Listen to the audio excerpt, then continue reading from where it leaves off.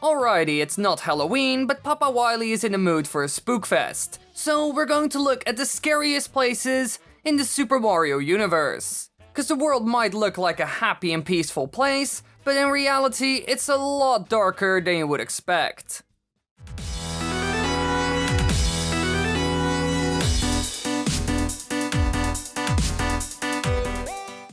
Number 10.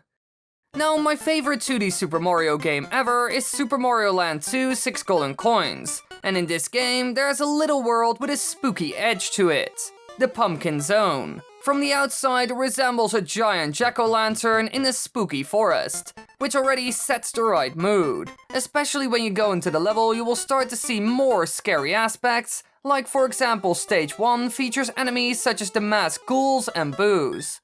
Especially the creatures with masks have a scary look. A bit of a Jason from Friday the 13th look. This enemy was probably a cameo, which is really cool. And overall, the decorations and feel of the place is amazing. Especially the start of the first level, where the light shines along the brick wall, creating an urban alleyway look, is incredibly cool and gives it a scary vibe. Little touches like that add so much to this whole world. It also goes through multiple themes, from witches to a laboratory with jars filled with strange beings. By the looks of it, they took a lot of inspiration from other horror movies and recreated them in 2D, which is scary and awesome. Number 9.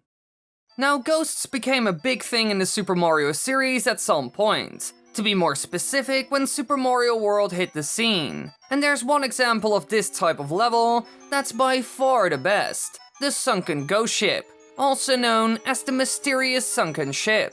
You have to swim through it in order to make the doorway to World 7 come out of the sea. And according to the Game Boy Advance remake, this level is in fact the first level of World 7. Now, according to the game's manual, the Sunken Ghost Ship was once one of the airships utilized by the Koopalings in Super Mario Bros. 3.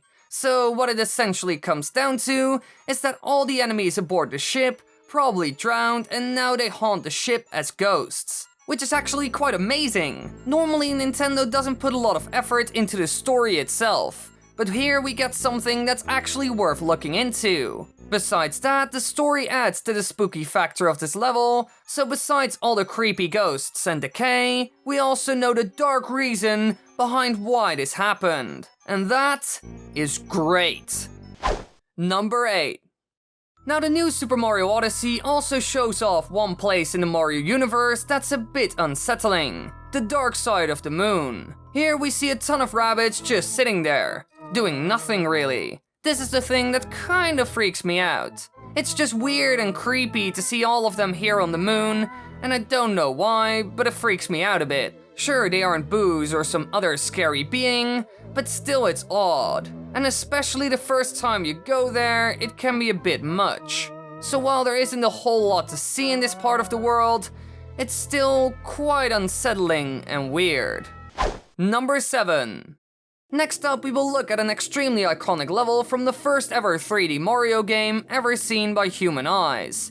I'm talking about Big Boo's Haunt, a 3-story mansion owned by the Big Boo located in a small cage. It's filled to the brim with ghosts and floating eyeballs, the entire mansion is dimly lit, and the music is eerie. Here you take on countless of weird monsters in order to collect all the stars. Even the Big Boo tries to take you out. This is where the Ghost House type levels really took it all a step further, adding a ton of things to it to make it even scarier. For example, objects that fly on their own, or the piano that all of a sudden comes alive, has huge teeth, and tries to shred you with them. Things like this make the level even more scary because most people don't expect it. So when it does, they will be hit with a good old jump scare. So while the game is incredibly old, it still does a really good job on making it all scary enough for the player. Number 6.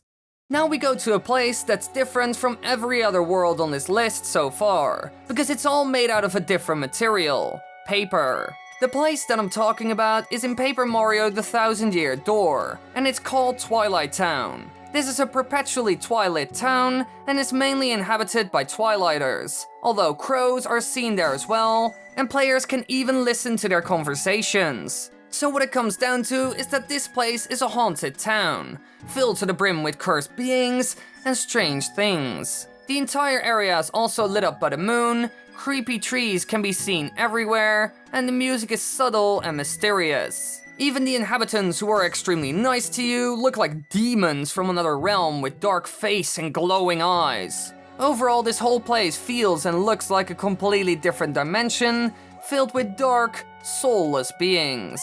Certainly an odd and creepy place in the series. Number 5.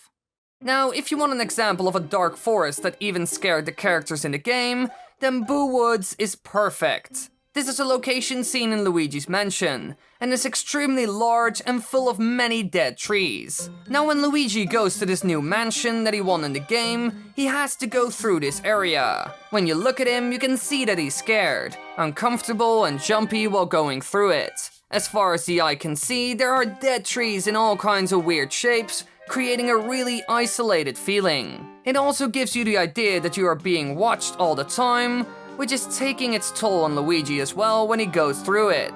The haunted and dark woods is a trope seen in both movies and video games, but out of all of them seen in the Mario franchise, this one is certainly the most scary.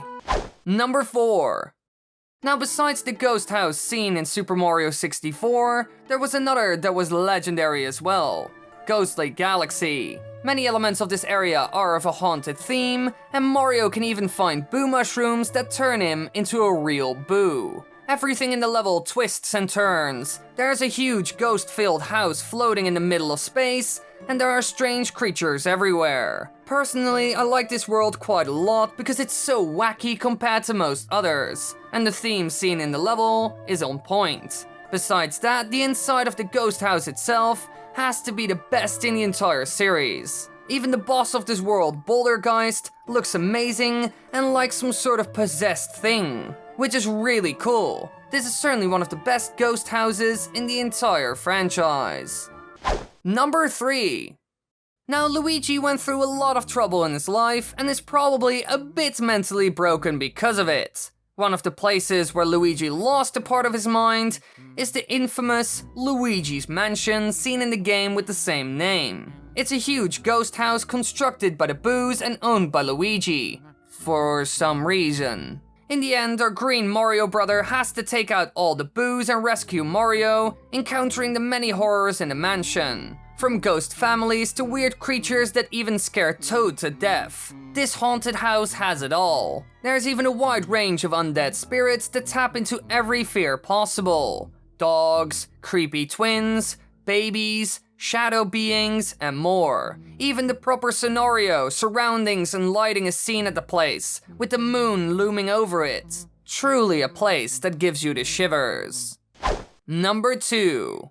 Now, besides all these houses that ghosts are for some reason fascinated by, there are other locations where the spookies can be found. Because there's also a hotel and a beach on the iconic Isle Delfino, where strange things tend to happen. It is located on the island's south coast, right behind Pina Park, and is famous for being the home of Hotel Delfino, a well-known 4-star hotel and seaside resort. However, when Mario was there, a lot of things went wrong, and one of the biggest had to be the Phantom Manta. This being is incredibly strange, and is probably some sort of haunted being, and it started to target the beach for some reason. Now, this is by far the creepiest thing that happened on this location, and its origin doesn't make it any better, because it may have been inspired by the ending of the horror novel The Shining, where a similar Shadow Manta was seen. And the crazy thing is, this is just one of many. There are many entities that dwell here and make the lives of the Piantas a hell. Luckily enough, Mario ends up solving all the problems, because if he didn't, then they would be out of business for sure. Number 1.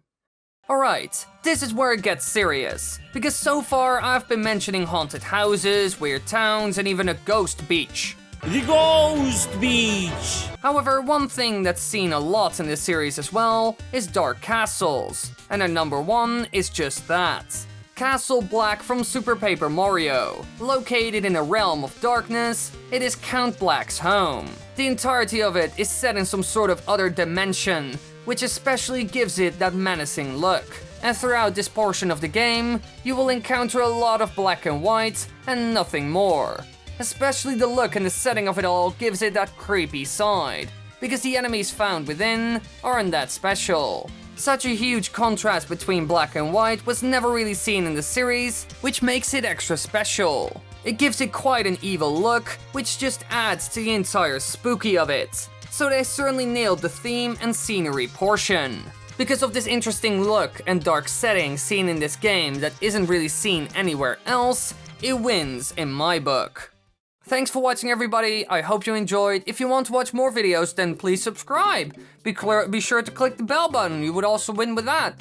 Besides that, watch more videos. I would love that as well. You get more enjoyment. I get more views. Hey, everybody's happy, right? Lovely, so I hope you enjoyed the video. Many kisses and bye.